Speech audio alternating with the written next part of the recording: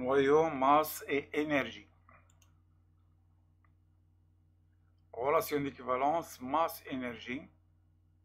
Défaut de masse. Question 1. Rappelle la structure d'un noyau.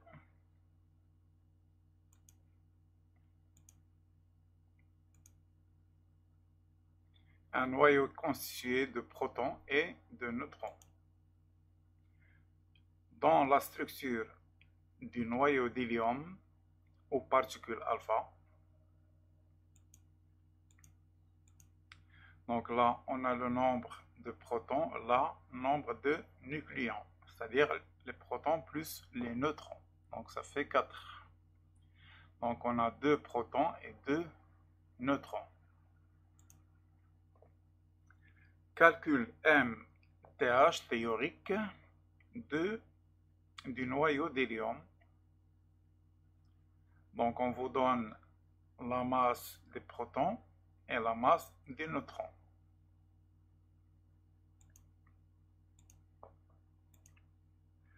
Donc MTHC, on a 2 protons et 2 neutrons. Donc on met le 2 en facteur. La même chose, les deux masses ont un facteur 10 à la puissance moins 27. Donc on met des parenthèses. Donc on a une masse théorique de 6,6951 10 à la puissance moins 27. Question 4. Une étude expérimentale très précise a donné M expérimental, c'est-à-dire la masse des noyaux d'hélium, de 6,6447 10 à la puissance moins 27. Compare la masse expérimentale et la masse théorique d'hélium. Donc la masse expérimentale est inférieure à la masse théorique aux masses calculées en utilisant les masses des composants des noyaux. Question 5. On appelle défaut de masse, delta M, la différence entre la masse de l'ensemble de particules formant un noyau XZA et la masse de son noyau. Question A. Dans l'expression de la masse M particules de l'ensemble des particules formant le noyau en fonction de Z, A, MP et Mn.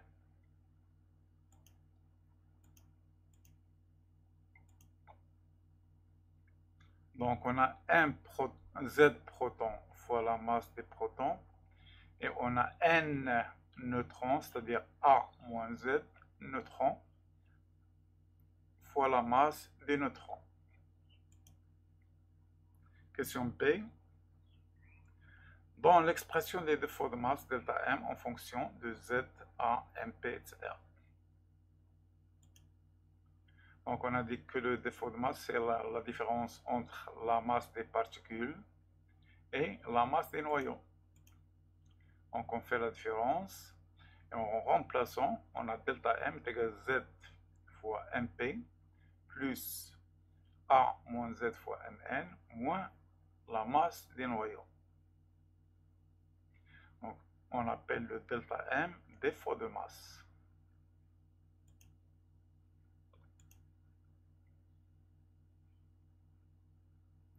On appelle défaut de masse, delta M, d'un noyau XZA, la différence entre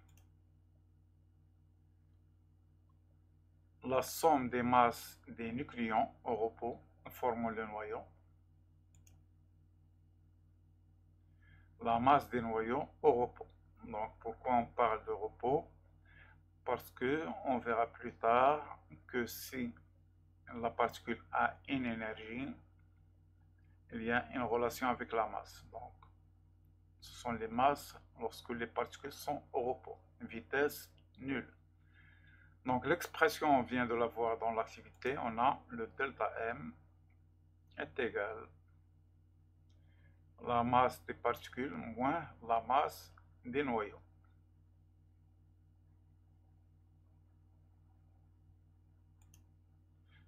Exemple, quelle est la composition d'un noyau d'aluminium Al1327?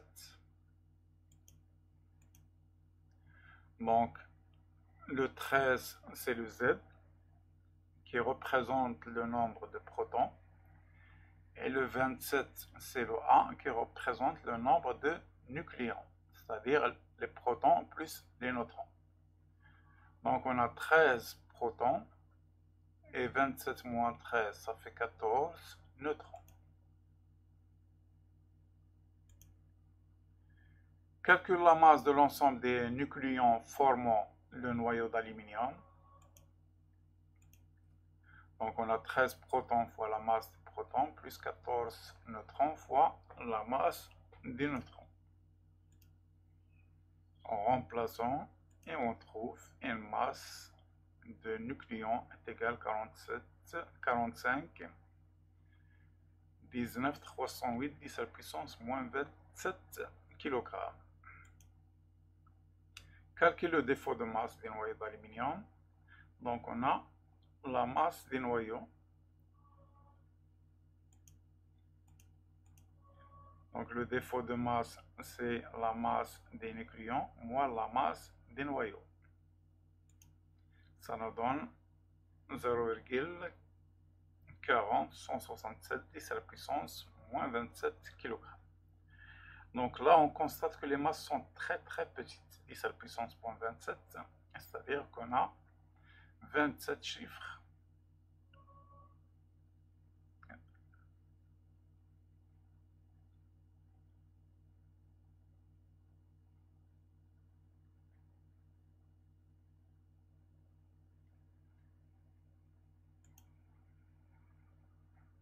Unité atomique.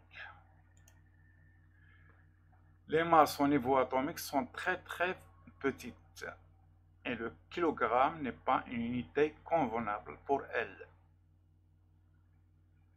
On a défini une autre unité de masse qui s'appelle unité atomique, qui représente le 1/12 de la masse d'un atome de carbone 12. Donc rappelez-vous, au tronc commun, on a déjà utilisé cet atome pour définir la mole. Donc on a dit que l'unité atomique c'est le 1/12 de la masse d'un atome de carbone.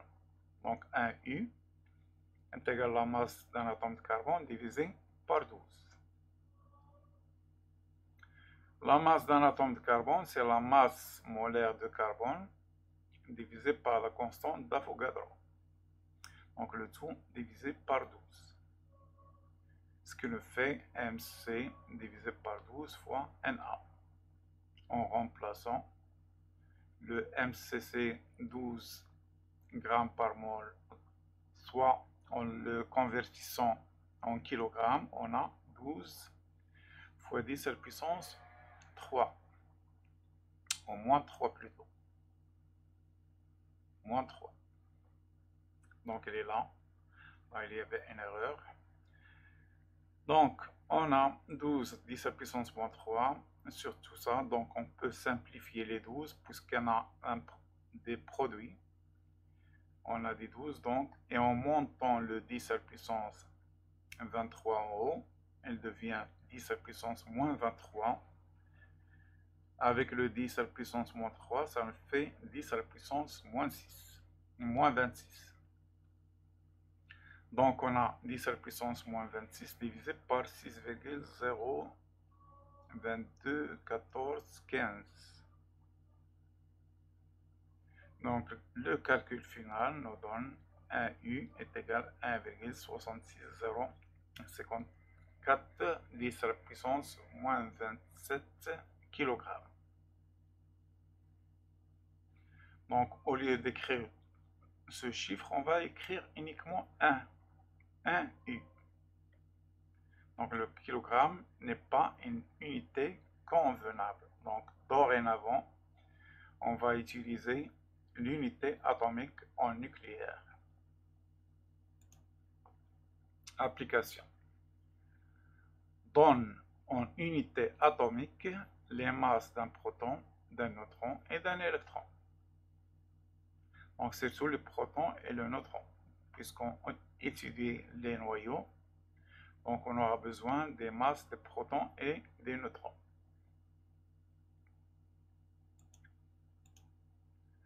Donc on vient de le voir, 1U est égal à 1,6605410 à la puissance moins 27. Donc dans nos expressions précédentes, on avait le kilogramme, donc on sort l'expression des kilogrammes qui est égale à 1 divisé par tout ça fois 1U, ou 1U divisé par tout ça. Ce qui nous fait en fin de compte 1 kg est égal à 1,513910 à la puissance 27 U. Donc il suffit de remplacer. Donc la masse des protons, elle est en kilogrammes. On va remplacer le kilogramme par cette expression. 1 kg est égal à 1,51, etc. On remplace et on trouve 1,00728. Donc c'est un chiffre.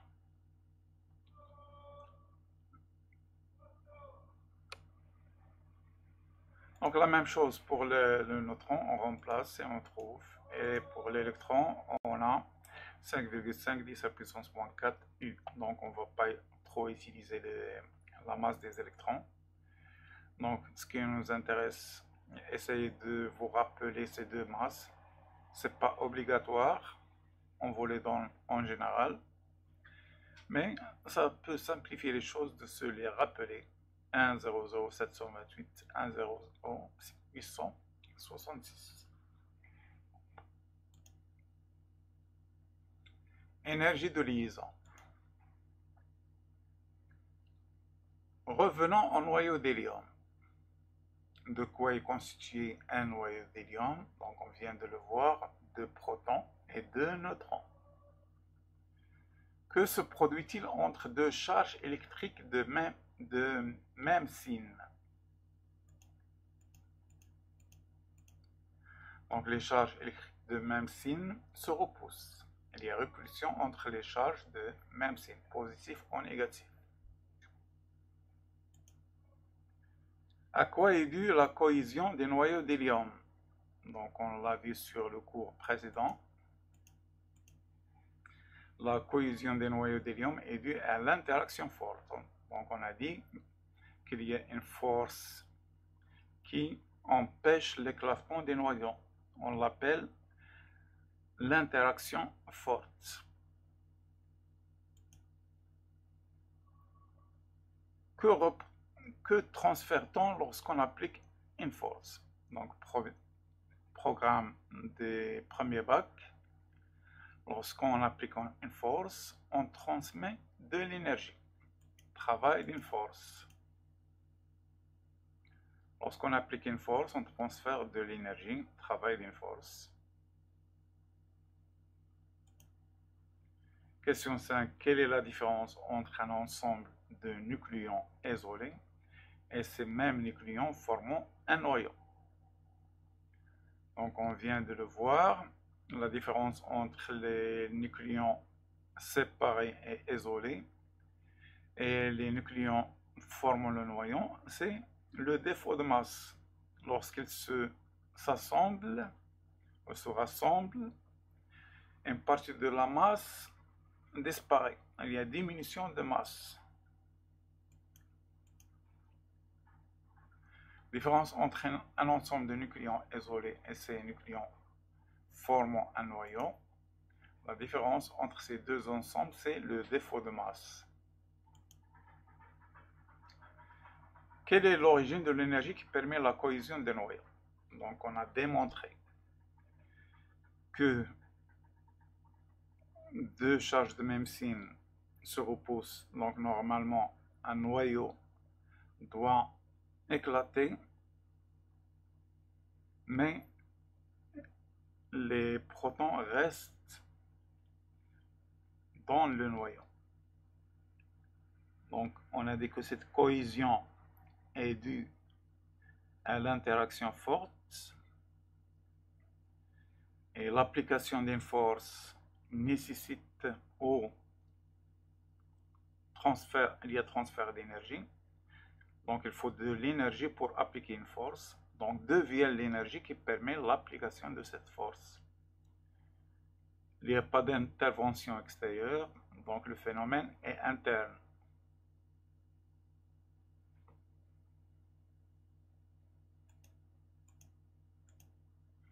Il n'y a pas d'intervention extérieure, donc l'origine de l'énergie, des cohésions est la conversion des défauts de masse en énergie. Donc c'est la seule explication. Lorsque les nucléons se rassemblent pour former le noyau, la masse, une partie de la masse disparaît. Il n'y a pas de disparition dans la nature, donc on va conclure que la masse s'est convertie en énergie qui permet la cohésion des noyaux. Le défaut de masse ΔM d'un noyau XZA se convertit en énergie qui permet la cohésion de ce noyau. Donc on a le défaut de masse et les nucléons séparés. La disparition du défaut de masse est liée à la formation des noyaux.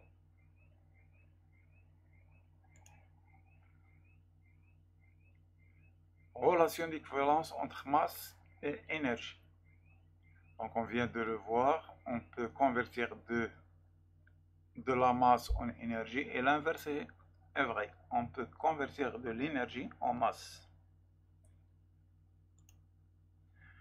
Dans le cadre de la théorie de la relativité restreinte, Einstein postule au début du XXe siècle que toute masse correspond à une énergie de masse. C'est la relation d'équivalence entre la masse et l'énergie. Relation d'équivalence masse-énergie. Un système au repos de masse M possède une énergie de masse E telle que, donc c'est la relation d'Einstein, l'énergie est égale à la masse fois C carré. Le C, c'est la célérité de la lumière dans le vide. Elle vaut 3 × 10⁻8 mètres par seconde, à peu près.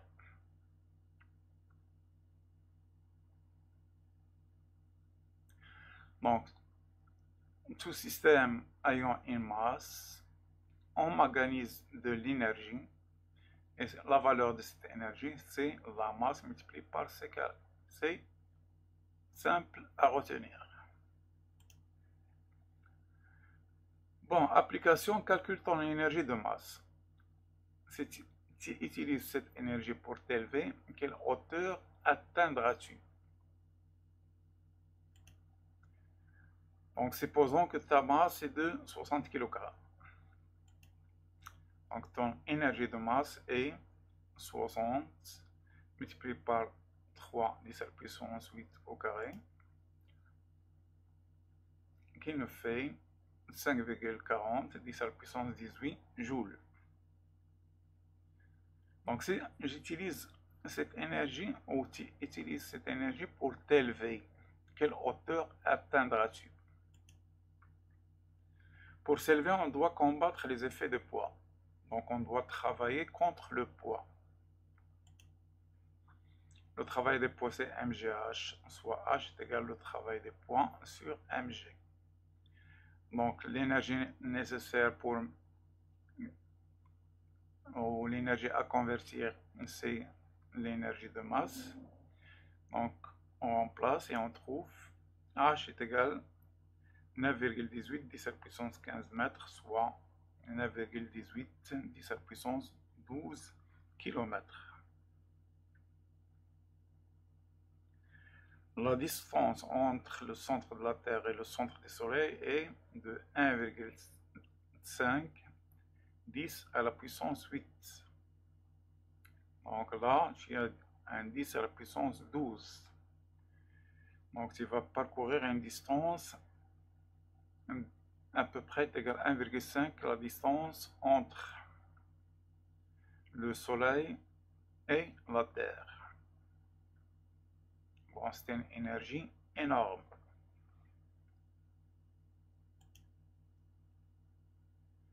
Énergie de liaison. Question 1. À quoi est due la cohésion d'un noyau?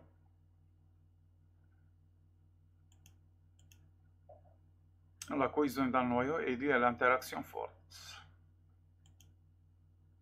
Quelle est l'origine de l'énergie qui permet la cohésion d'un noyau? On vient de le voir, c'est la conversion des défauts de masse en énergie.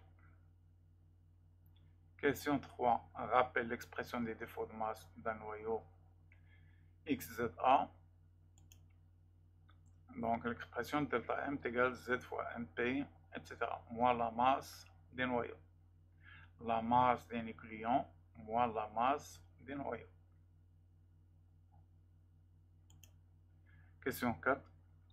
Rappelle l'expression de la relation d'équivalence masse-énergie. On vient de la voir. E est égal à mc carré. Déduis l'expression de l'énergie de liaison EL des noyaux XZA en fonction de MP, NN, ZA, etc.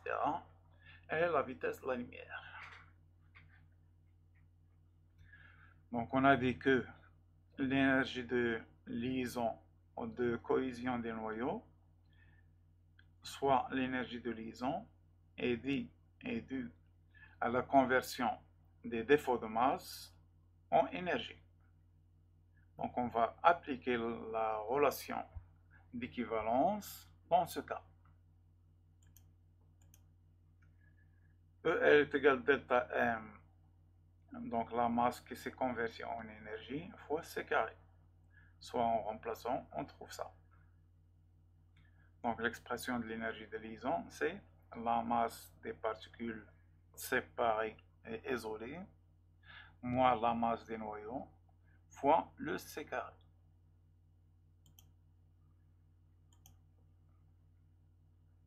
Conclusion. La cohésion d'un noyau est due à la conversion des défauts de masse en énergie de liaison, soit EL est égal à delta M fois C carré.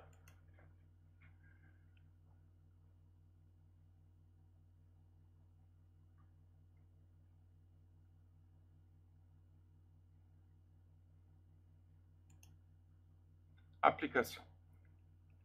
Calcule l'énergie de liaison des noyaux d'hélium He de 4, donner la masse d'hélium, masse de neutrons et masse de protons.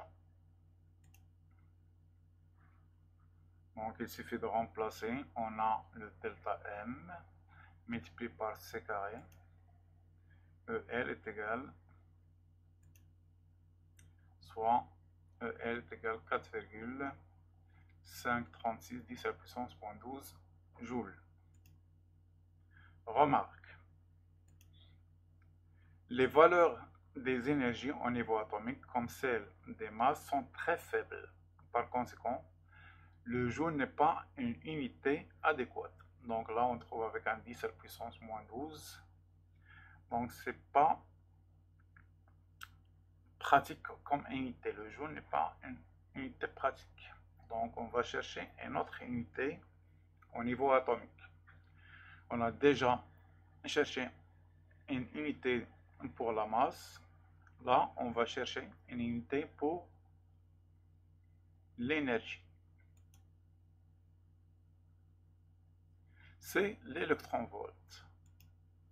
Donc on ne va pas expliquer comment on l'a défini, il suffit de vous rappeler, et en général on vous donne la relation de conversion 1 électron-volt. Ça vous rappelle la charge d'un électron ou la charge élémentaire. 1 électron-volt, c'est la charge élémentaire fois joule. On a les multiples qu'on utilise en général, on a le MeV ou le méga électronvolt. Le M, c'est 10 à la puissance 6.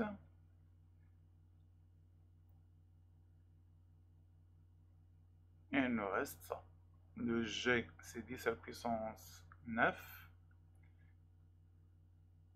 Il nous reste 10 à la puissance 10.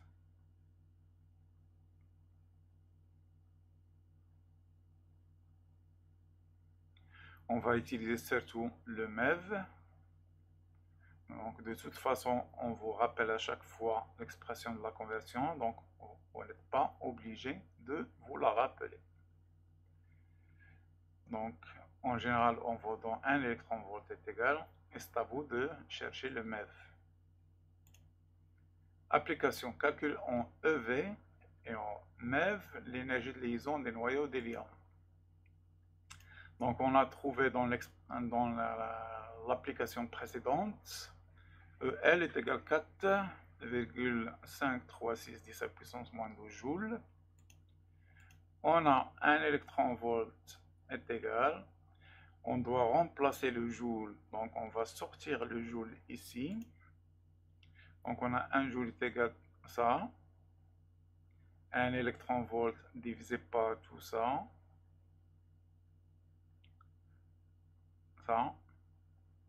ce qui nous fait ça. 1 joule est égal à 0,62, etc. Il suffit de remplacer. On remplace le joule par son expression, qui est là, et on a l'énergie de liaison en électronvolts, ce qui nous donne 2,8311 10 à la puissance 7 électronvolts. Donc on va chercher plus tard en MEV, donc on va sortir le 10 à la puissance 6 qui représente le M majuscule, le MEV, le M majuscule, le méga. Donc au lieu de 2,8, on a maintenant 28, mais 10 à la puissance 6. Et le 10 à la puissance 6, on peut l'éliminer et le remplacer par le M majuscule, ce qui nous donne directement l'énergie en MeV.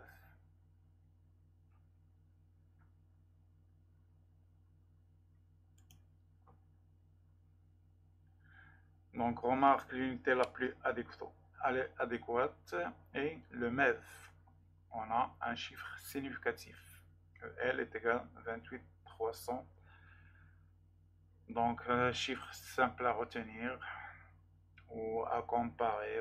Donc on dit qu'il est significatif.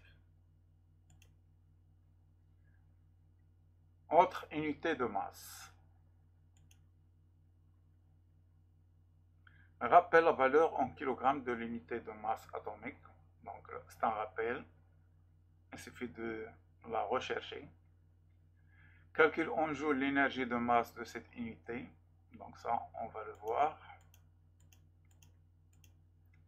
Donc l'énergie de masse c'est mc carré. Le m c'est l'unité de masse, donc on la remplace, multiplié par c carré qui est 9 10 à la puissance 16. Et on trouve une énergie de 14, etc.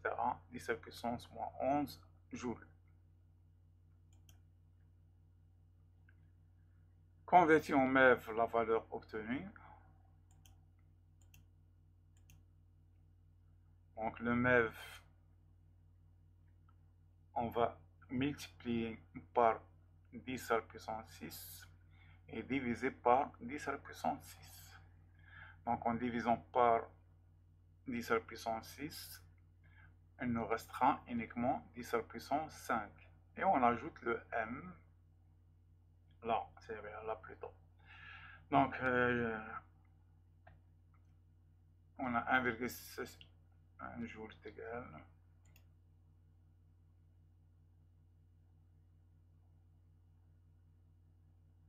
Bon. Question 4 montre que 1 U est égal à 931,5 MeV c carré. Donc montrons que ça, donc E est égal à mc carré, soit U M est égal à 1U, donc on a 1UC carré est égal à la valeur qu'on a trouvée, 931.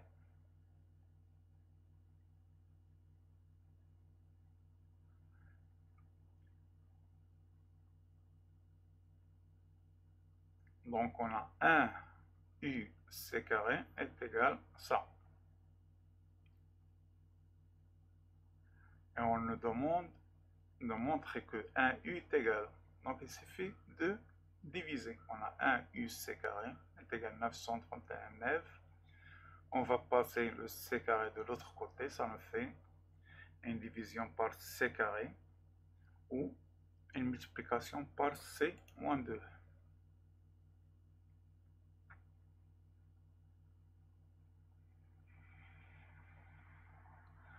Donc U c'est une unité de masse. Donc C, là aussi on a une unité de masse. Le MeV C carré, C moins 2 est une nouvelle unité de masse. Conclusion.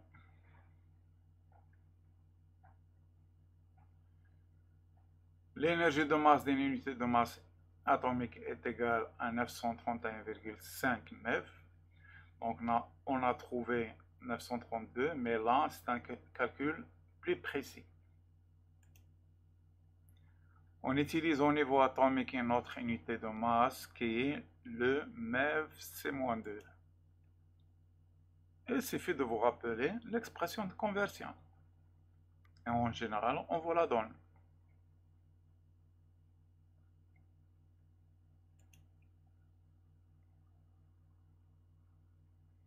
Stabilité des noyaux. Donc on a vu sur le premier cours qu'il y a des noyaux stables et d'autres qui ne sont pas stables. Et la stabilité des fers, on a trouvé une grandeur qui permet de déterminer le degré de stabilité qui est l'activité, ou plutôt une grandeur qui permet de déterminer la vitesse de désintégration qui est l'activité. Là, on va comparer la stabilité. Comment comparer la stabilité des noyaux?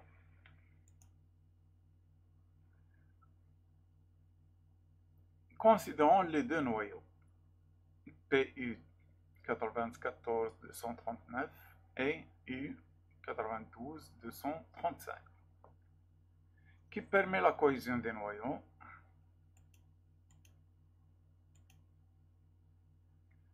Donc c'est la conversion des défauts de masse en énergie.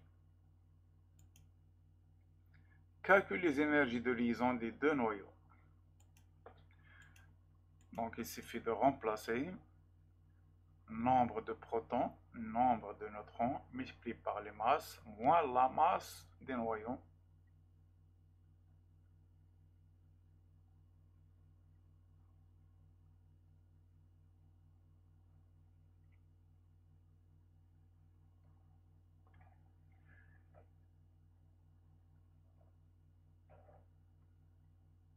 Donc les masses sont prises en unités atomiques.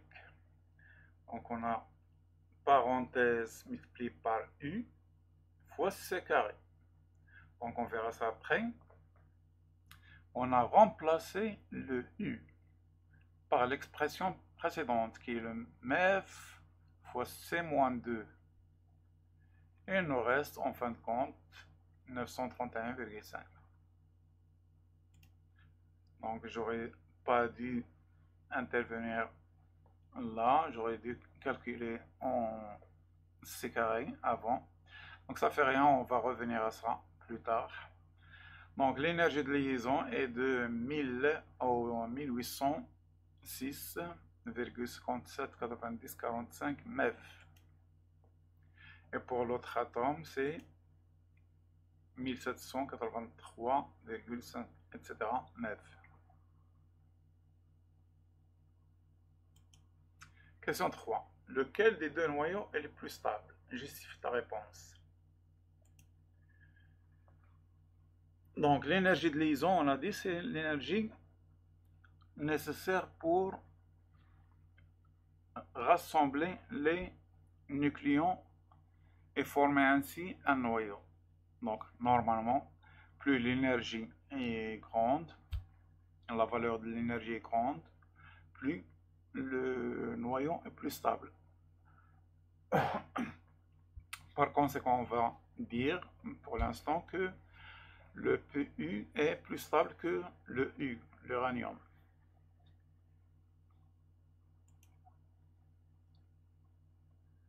Pour comparer la stabilité des noyaux, on utilise une autre grandeur, ou plutôt là. Question 4. Les études ont montré que l'uranium, c'est l'uranium, donc il y a une erreur là.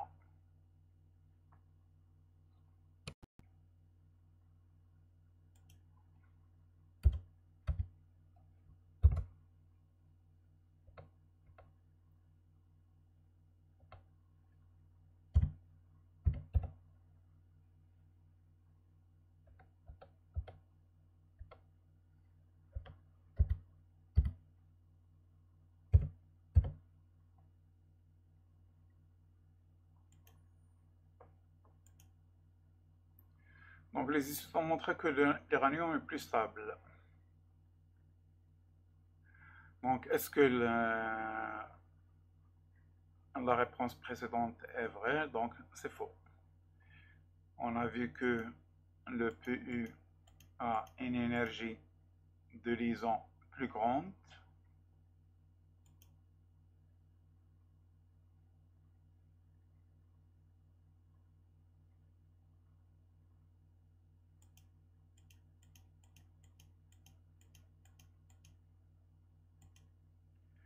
Donc on a vu que le Pu a une énergie de liaison plus grande et on a conclu que le Pu est plus stable.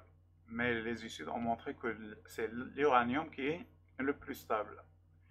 Donc l'énergie de liaison ne peut pas, on ne peut pas se baser sur l'énergie de liaison pour définir le degré de stabilité d'un noyau. Donc l'énergie de liaison n'est pas suffisante pour définir le degré. Donc passons à question 5. Pour comparer la stabilité des noyaux, on utilise une autre grandeur qui est l'énergie par nucléon, notée EL, énergie de liaison divisée par A.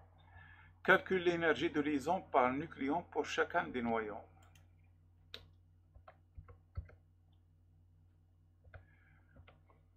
Donc là, on a 235 nucléons et l'énergie de liaison divisée par 235, ça nous fait 7,5895 MeV par nucléon. De même pour le Pu, on a 7,5589 MeV par nucléon. Question 6. Lequel des deux noyaux est le plus stable? Donc le plus stable, c'est celui qui a l'énergie de liaison par nucléon la plus grande. Donc on a là 58 et là on a 55. Donc c'est l'uranium qui est le plus stable.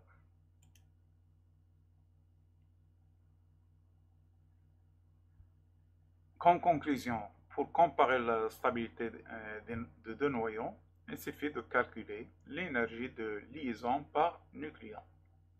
Énergie de liaison des noyaux divisée par le nombre de nucléons.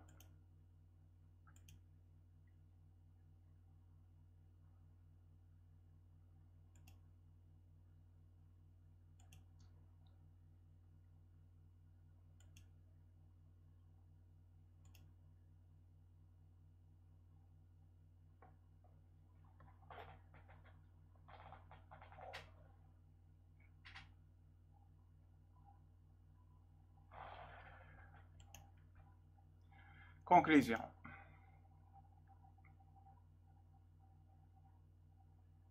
Pour comparer la stabilité de deux noyaux, on compare leur énergie de liaison par nucléon. plus la valeur de cette énergie est grande, plus le noyau est plus stable. Courbe d'instant. Pour comparer la stabilité des noyaux existants, on a tracé la courbe moins EL sur A. Donc c'est l'opposé de l'énergie de liaison par nucléon en fonction de A, qui s'appelle la courbe d'instant. Donc moins EL sur A en fonction de A.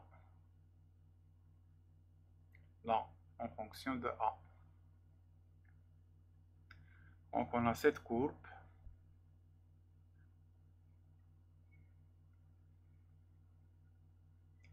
Donc on a dit le noyau est plus stable, c'est son énergie de liaison par nucléon est grande, est plus grande. Donc là on a l'opposé, donc on va dire moins EL sur A le plus petit. Donc les noyaux les plus stables se trouvent là. Parmi les noyaux les plus stables, c'est le fer. C'est pourquoi on le trouve en grande quantité sur Terre. Elle forme le noyau terrestre. Donc en général, tout ce qui se trouve sous la barre des moins 8 est très stable. Si on dépasse les moins 8, on est dans la zone d'instabilité. Donc le moins stable, c'est l'hydrogène 2,2.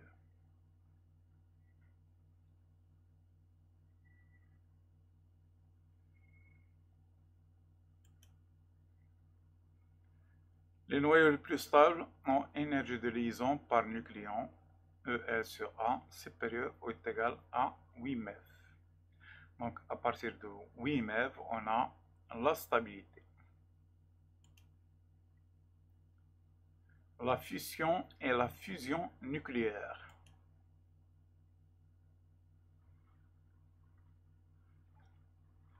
Les noyaux instables subissent deux types de transformation nucléaire. La fusion nucléaire concerne les noyaux lourds et la fusion nucléaire concerne les noyaux légers. Commençons par la fission nucléaire. Un noyau lourd d'uranium-235, qui est un noyau fissible, peut être scindé en deux noyaux plus légers après son bombardement par un neutron selon l'équation. Question 1. Complète l'équation de fission, déduire la nature des particules P. Donc pour compléter l'équation, on va appliquer les lois de conservation ou les lois de Soddy.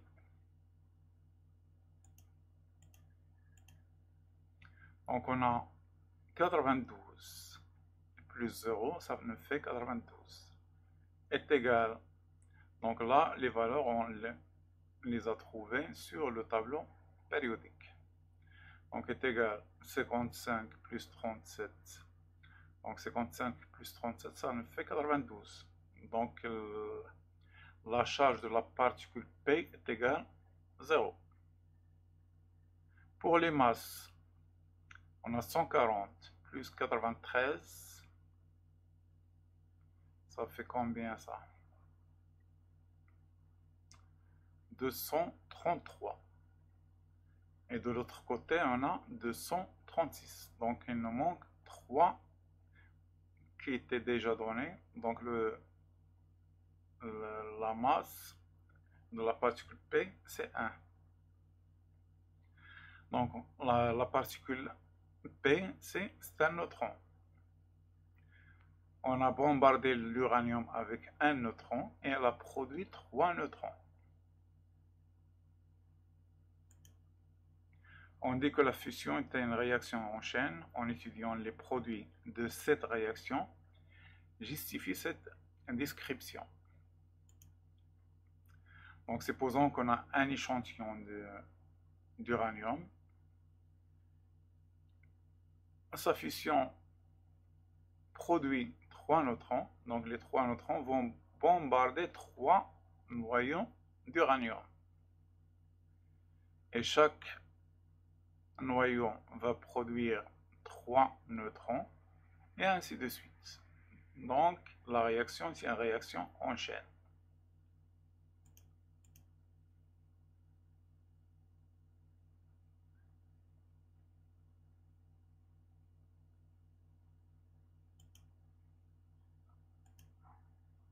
Conclusion.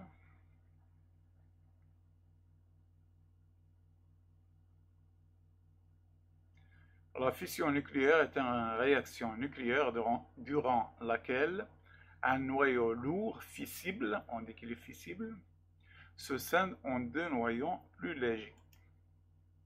Donc on a un noyau lourd qui va nous donner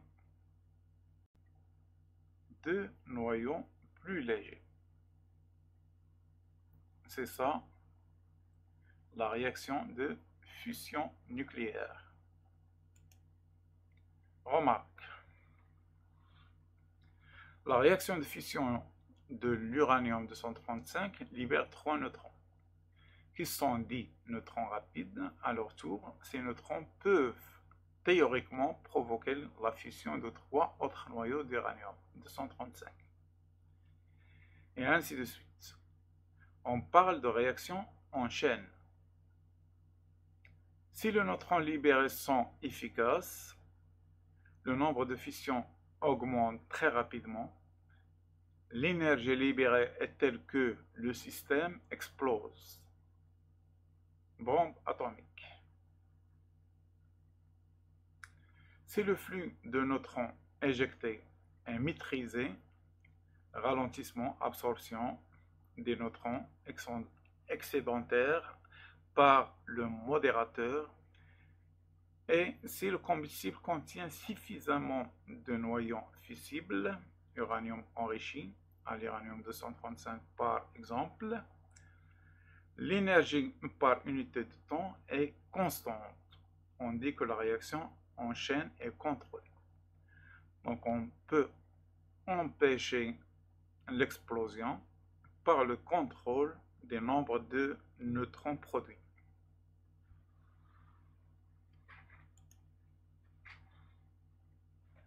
La fusion nucléaire. Dans les étoiles, l'agitation thermique importante, due à une température de plusieurs millions de degrés, permet la collision et la fusion des noyaux chargés positivement.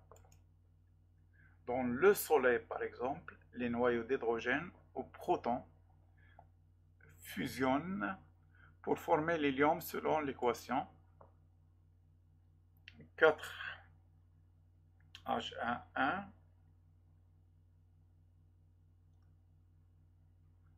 donne un noyau d'hélium et 2 électrons.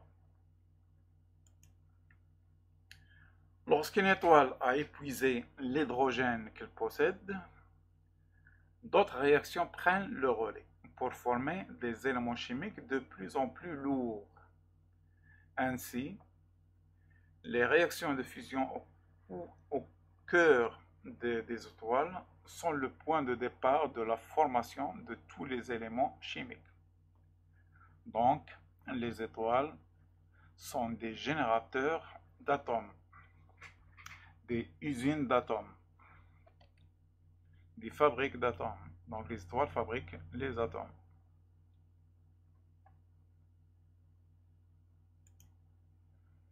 Conclusion.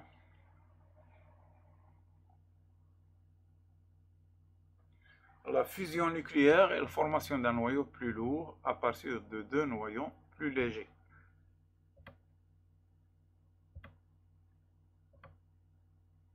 Elle fusionne pour donner un noyau plus lourd.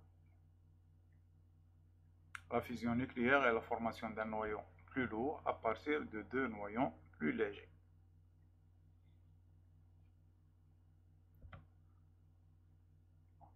Bilan massique et énergétique, cas général. Considérons la réaction nucléaire modélisée par l'équation.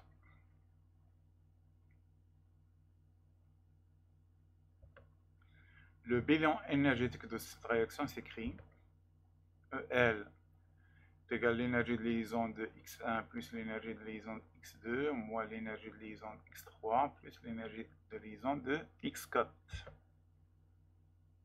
Or, l'énergie de liaison, c'est le défaut de masse multiplié par C carré. Le nombre de nucléons ne change pas. Donc, il n'y a ni disparition ni apparition de protons ou de neutrons. Donc, le nombre ne change pas. Donc, on écrit le tout. Les nombres vont s'éliminer. Les Z, MP, etc. vont s'éliminer. Il nous reste en fin de compte uniquement les masses des noyaux. Donc, la variation d'énergie est égale à la variation de la masse est égale à moins M de XA, etc. Donc, pour EL, X1, c'est Z1MP plus A1 moins Z multiplié par Mn moins la masse des noyaux. Donc, on a dit que les protons et les neutrons seront réduits puisqu'on a une différence. En fin de compte, il nous reste uniquement les masses des neutrons, des noyaux. Donc là, dans la première partie, on a les moins. La même chose dans la seconde partie, mais on a une différence moins. Donc ces moins vont se convertir en plus. Donc en fin de compte, on a... Bon, il suffit de vous rappeler de la conclusion. La variation de l'énergie durant une transformation chimique, c'est la variation de masse, c'est pas le défaut de masse là, c'est la variation de masse. La variation de masse, c'est quoi? C'est la masse des produits moins la masse des réactifs, multiplié par C carré. Si les masses sont utilisées, on a pris comme unité de masse l'unité atomique, on peut écrire tout simplement la même chose et on a remplacé, puisque là on a U fois C carré. On a remplacé le U par l'expression qu'on a trouvée auparavant. Donc il nous reste en fin de compte, c'est la différence de masse multipliée par 931,5 et on aura l'énergie en MeV. Application. Considérons réaction de fusion nucléaire modélisée par l'équation. La variation d'énergie de cette réaction est, donc delta E est égal à la masse des produits moins la masse des réactifs. Donc comme produit on a le CS et le RB et les neutrons. Donc masse de CS plus masse de RB plus 3 fois masse de N moins la masse de l'uranium et moins la masse d'un neutron. En simplifiant, on trouve en fin de compte ça. En remplaçant, donc on a tout ça, la masse est donnée en U multiplié par C carré. Or, on a vu que 1U est égal à ça. Et en remplaçant le U par 931,5 MeV par C carré, les C carrés vont se réduire et on trouve en fin de compte moins 174,96 MeV. Donc chaque noyau d'uranium libère cette énergie lors de sa fusion, ou fusion plus. La valeur est négative, ça veut dire que le système libère de l'énergie. Donc le système perd de l'énergie. Donc si on a une valeur négative, c'est que le système a libéré de l'énergie. Note.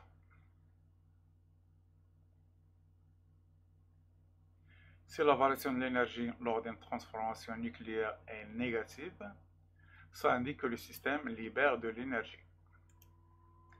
Le contraire, s'il capte de l'énergie, la variation sera positive.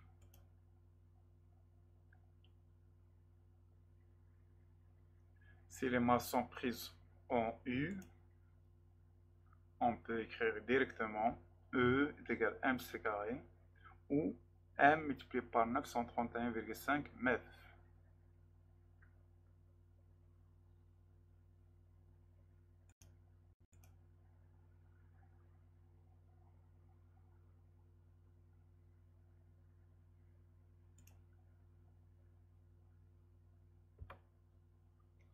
En fin de cours, bonne chance.